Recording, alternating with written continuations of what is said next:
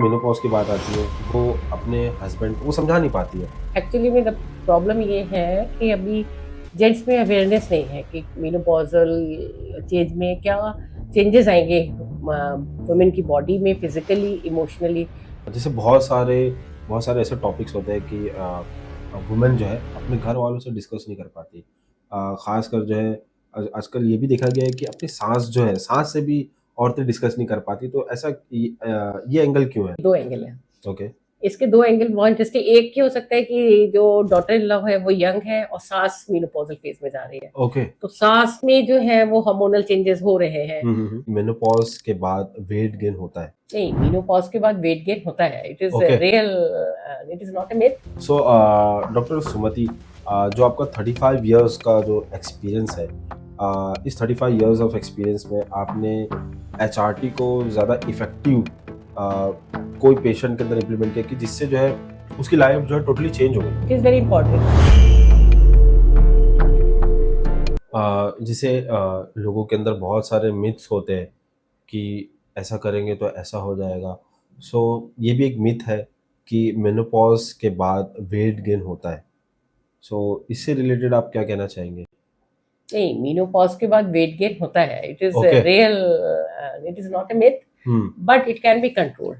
It okay. Can, it is not like menopause का wait gain होता है वो परमानेंट वेट गेन होता है, आप उसके लिए कुछ कर नहीं सकते। दैट इज हाँ। Not true. क्योंकि जो मेनोपॉज होता है उसमें ईस्ट्रोजन लेवल जो होता है वो डिक्लाइन करता है, डिक्लाइन करते हैं। और ईस्ट्रोजन जो है वो मेटाबॉलिक रेट को के लिए रिस्पॉन्सिबल है। तो जब ईस्ट्रोजन खत्म होगा तो आपका मेटाबॉलिक रेट लो हो डिक्लाइन जाएगा। करेगा, लो यस। बीएमआर हो जाएगा आपका। हम्म। तो आपको, लेकिन उसके लिए आपको क्या करना है, दैट इज इम्पोर्टेंट। यस। तो आप अगर हेल्दी लाइफ स्टाइल रखेंगे with diet, healthy diet which is जिसमें कार्बोहाइड्रेट, रिफाइंड कार्बोहाइड्रेट कम है, थोड़ा प्रोटीन ज़्यादा है, और फ्रूट्स है, वेजिटेबल्स है, तो और साथ में आप एक्सरसाइज कर रहे हैं विद जो कौन सा होता है वेट बियरिंग एक्सरसाइज, ओके। तो उससे आपका वेट गेन नहीं होगा हम्म। अगर इन सब प्रिकॉशंस लेंगे। तब ओके। एक्टिविटी मेंटेन करेंगे, डाइट लेंगे।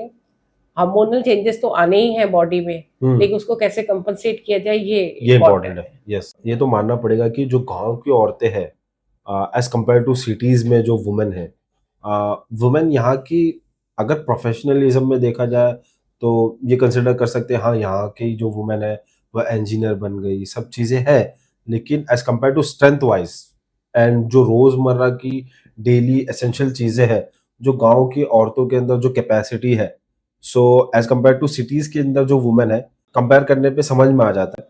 तो इसी तरीके से गांव की जो औरतों को मेनोपॉज कम क्यों लगता है एज कंपेयर टू सिटीज की जो वुमेन है? देखिए, यहाँ पे दो बातें हैं। हम्म। एक तो जो शहरी वेमेन है, अर्बन लेडीज हैं, वो they are educated, okay. they are aware of the condition, that there is a condition like menopause and what will be their its symptom, हाँ।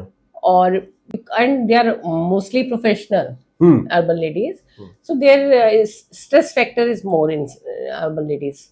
तो बराबर। जो शहरी लेडीज है उसमें बहुत ज्यादा स्ट्रेस का फैक्टर होता है। स्ट्रेस का फैक्टर होता है। हाँ, यस। तो that stress leads to more of the hormonal changes and more of the menopausal symptom. Stress एक मेन फैक्टर है इसमें। स्ट्रेस है प्लस डाइट है, because of the that thing they are not that much, because of the work constraint they are not able to take diet on the following yes. Times के। हाँ। Diet का time schedule नहीं कर नहीं पाते कर कि पाते। हमें इस वक्त ही खाना है, because they are not, they are busy in meeting, they skip their lunch.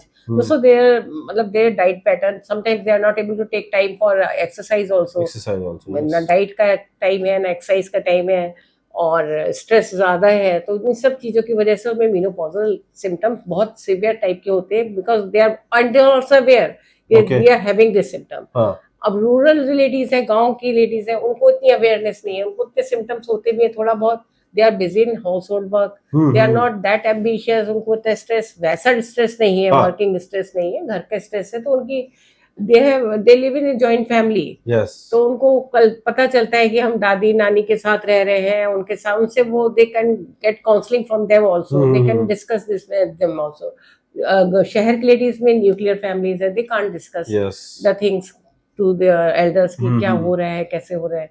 और गांव की लेडीज में अगर हो भी रही हैं समस्याएं, तो वो उतना अवेयर नहीं है, और वो उनमें क्या कहना चाहिए, टॉलरेंस कैपेसिटी ज्यादा है okay, towards the symptoms. Symptoms, okay. तो और फिर उनकी डाइट प्रॉपर टाइप पे टाइम डाइट लेंगे, लेस हाँ। In pesticide and hmm. Exercise, though they don't go to gym but they are doing work, they work, are हाँ। Not sedentary. Yes.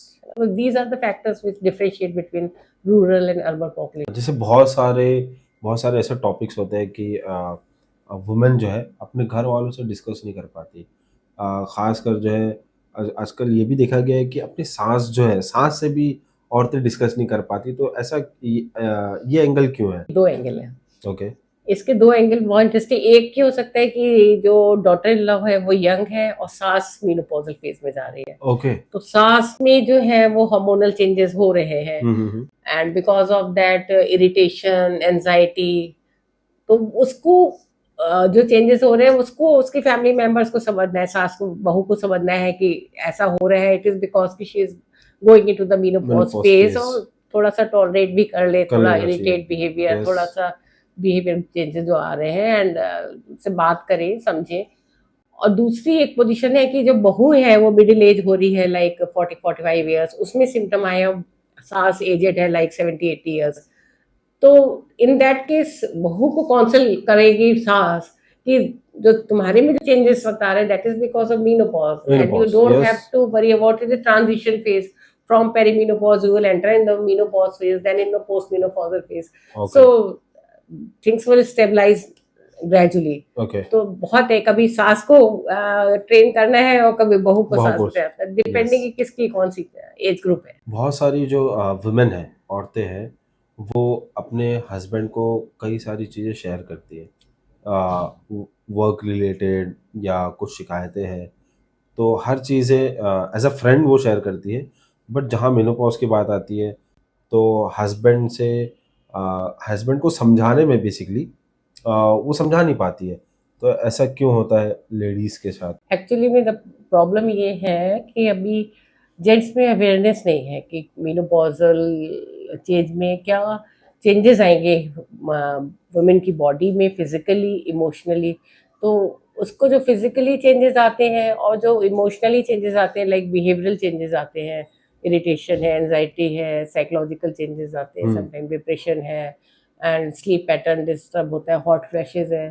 तो उसके लिए फिर हस्बैंड का सपोर्ट होना बहुत इंपॉर्टेंट है। तो इसलिए सबसे इंपॉर्टेंट है कि हस्बैंड को एजुकेट होना बहुत इंपॉर्टेंट है। ओके। हस्बैंड को बेसिक एजुकेशन होना चाहिए about the menopause, about the कि उसमें क्या-क्या चेंजेस आ रहे हैं, and the changes in the behaviour of the lady is because of menopause, and how to cool down it, like थोड़ा सा उसको सपोर्ट करना है डेली कोर्स में भी, और उसको उसके साथ ही लाइफस्टाइल पैटर्न चेंज करना है। जैसे रात में स्लीपिंग जो है, एनवायरनमेंट है, कूलर रखना है, थोड़ा एसी ऑन रखना है, कूलर एनवायरनमेंट ओके। रखना है, जैसे कि उसको वो न स्लीप हो। और साथ में एक्सरसाइज साथ में करे, जैसे नहीं पैटर्न फॉलो कर पा रही है लेडी, तो साथ में एक्सरसाइज करा, साथ में उसको कुछ सपोर्ट कर दिया उसकी day to day life activity में, चाय बना के पिला दी, तो ये सब है, थोड़ा सपोर्टिव सिस्टम हो और सही। एम्पैथेटिक हुँ। व्यू हो देखने का, तो उससे काफ़ी हेल्प ओके। मिलती है। सो जैसे आपने कहा कि अवेयर नहीं है हस्बैंड्स, इसकी वजह से जो है वो नहीं समझ पाते।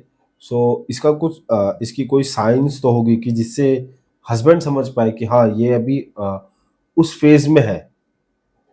इसका सबसे इम्पोर्टेंट तरीका यही है कि अवेयरनेस सिस्टम डेवलप करना होगा ओके। कि menopause is not a thing कि उसके लिए हम लोग कुछ कर नहीं सकते, तो हुँ, उसके लिए हुँ, कर हुँ। सकते बिकॉज उसको फिजिकली सोशली सब सपोर्ट करेंगे वेमन को, हुँ। तो उसमें she will take it gradually normally.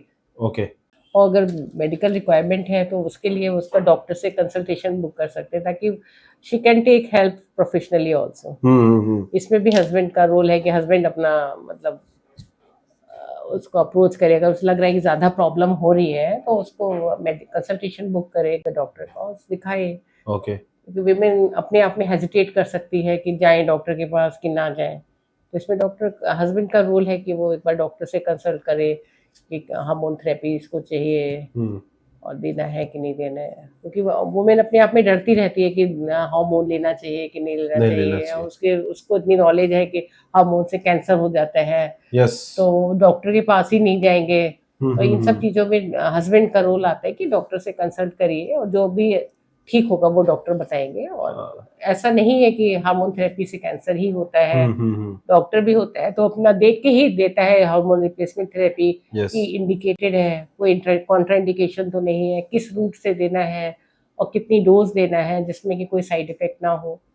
तो इस डॉक्टर से counselling is very important. So doctor Sumati, जो आपका 35 इयर्स का जो एक्सपीरियंस है, इस 35 इयर्स ऑफ एक्सपीरियंस में आपने एचआरटी को ज़्यादा इफ़ेक्टिव कोई पेशेंट के अंदर इम्प्लीमेंट किया कि जिससे जो है उसकी लाइफ जो है टोटली चेंज हो गई? It is very important.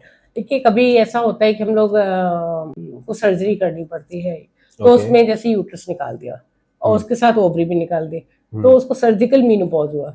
तो सर्जिकल मीनोपॉज होता है, जैसे नॉर्मली तो menopause is a gradual process कि धीरे धीरे पेशेंट शिफ्ट करता है from perimenopause to menopause and post menopause.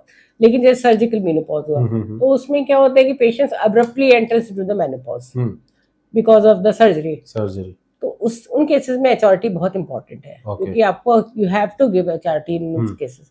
तो लेकिन अब ये विद द टाइम ये हो गया, पहले जब हम लोगों ने शुरू किया था हमारे कैरियर में तो डोजेस जो थी हाई डोजेस थी एचआरटी की, और जो कंपाउंड हम लोग यूज कर रहे थे वो सिंथेटिक थे, एंड्रोजेनिक प्रोजेस्टेरॉन यूज करते थे। लेकिन अब जो है हम लोग लो डोज में ईस्ट्रोजन प्रोजेस्टेरॉन यूज करते हैं, और प्रोजेस्टेरॉन जो होते हैं वो नेचुरल प्रोजेस्टेरॉन जो होते हैं या डाइड्रोजेस्टेरॉन, इनको यूज करते हैं। क्योंकि बेसिकली जो एचआरटी से जो ब्रेस्ट कैंसर का डर होता है वो इसका प्रोजेस्टेरॉन कंपोनेंट की वजह से होता है। प्रोजेस्टेरॉन कंपोनेंट, हाँ, प्रोजेस्टेरॉन पहले जो था वो मेड्रॉक्सी प्रोजेस्टेरॉन एसीटेट यूज किया जा सकता है, जो कि एंड्रोजेनिक या नॉरहेस्टेरॉन ये यूज किया जाता था।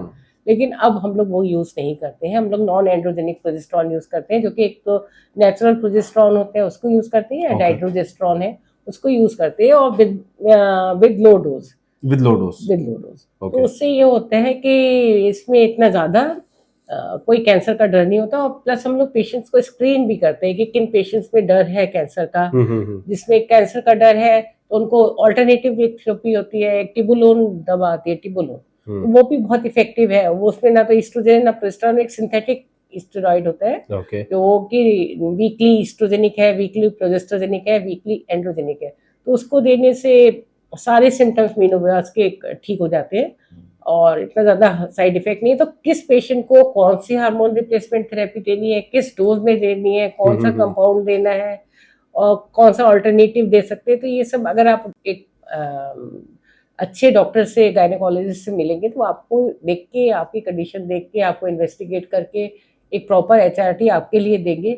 और वो इम्पोर्टेंट ये है कि कितनी ड्यूरेशन तक लेना है, ये भी एक इम्पोर्टेंट चीज है। तो ऐसा नहीं एक बार आपने डॉक्टर को दिखा लिया और फिर आप गायब हो गए, 5 साल बाद आ रहे हैं तो तब एचआरटी के साइड इफेक्ट तभी होते हैं। अगर आपको एचआरटी लेनी है, आपने डॉक्टर ने बुलाया कि अब एक महीने बाद आपको बुलाएंगे कि साइड इफेक्ट देखने के लिए, फिर 3 महीने बाद आपको बुलाएंगे एफिकेसी देखने के लिए, और फिर रेगुलरली 1 ईयर पे फॉलोअप करना होता है। फॉलोअप में जो डॉक्टर है वो क्लिनिकली भी देखेगा पेशेंट को, साथ में इन्वेस्टिगेशन भी कराएगा कि कोई ऐसा डेंजर तो नहीं हो रहा है कि कैंसर या कोई भी चीज इफेक्ट हो। क्योंकि ऐसा तो है नहीं कि एकदम से कोई कैंसर बन जाए, कोई चीज आएगी तो धीरे आएगी, तो हम लोग उसको एनुअली चेकअप भी करते हैं। तो अगर किसी पेशेंट को एचआरटी एडवाइस की और वो घर बैठ गए, अब डॉक्टर हम तो बढ़िया हो गया, क्वालिटी ऑफ लाइफ बढ़िया हो गई, हमें कोई सिम्टम नहीं है, अब डॉक्टर के पास जाने की क्या जरूरत है। तो ऐसा नहीं है, अगर आपने एचआरटी ली है तो आपको फॉलोअप करना होगा। तो यूजुअली एचआरटी जो है वो 2 से 5 साल तक किया जाता है, उसमें सिम्टम्स ठीक हो जाते हैं। लेकिन उसके बाद एचआरटी डॉक्टर ही स्टॉप करेगा उसे, क्योंकि ग्रेजुअली वीन ऑफ करना होता है। ऐसा नहीं कि एब्रप्टली कल तक दवा खा लेते आज खत्म, ऐसा भी नहीं करना है। तो उसको जब खत्म करना है तो उसको पहले हम लोग उसको लो डोज करेंगे, फिर ऑल्टरनेट डे पे देंगे, फिर ऐसे करके ग्रेजुअली स्टॉप करेंगे ताकि उसको मेनोपॉज के सिम्टम दोबारा से ना आए।